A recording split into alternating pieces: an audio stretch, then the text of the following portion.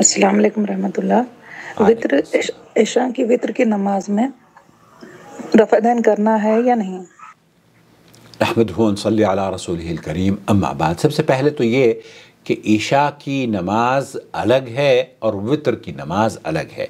ईशा अल्लाह के रसूल सल्लल्लाहु अलैहि वसल्लम 4 रकात पढ़ा करते थे जो अल्लाह रब्बुल आलमीन ने फ़र्ज़ की है, और वित्र की नमाज मुतअद्दिद रकातें अल्लाह के रसूल सल्लल्लाहु अलैहि वसल्लम से साबित है। 1 रकात, 3 रकात, 5 रकात, 7 रकात, 9 रकात, 11 रकात भी अल्लाह के रसूल सल्लल्लाहु अलैहि वसल्लम ने पढ़ी है।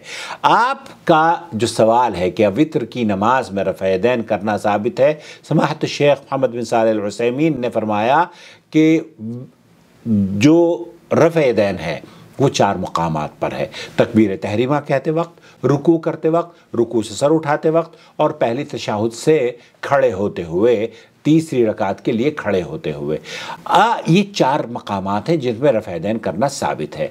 बाकी जो रफ़अदैन करने की रिवायत जो हमारे अहनाफ भाइयों ने वित्र के लिए बनाई हुई है, हालांकि वो ये कहते हैं कि हमें वित्र में अगर हम रफ़अदैन नहीं करेंगे तो उनको शायद खुशू और खुजू होता है। मेरी समझ में ये नहीं आता है वो खुशू और खुजू वित्र में अपना ये क्यों ज़ाया करते हैं।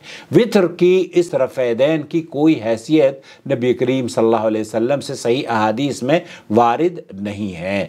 नमाजी के लिए इन 4 मकामात के अलावा किसी और जगह रफ़अदैन करना मशरूअ नहीं है। ये फतवा है फतावा अरकान इस्लाम लिशेख मोहम्मद बिन सालेह अल उसैमीन, सफ़ा नंबर 312 पर।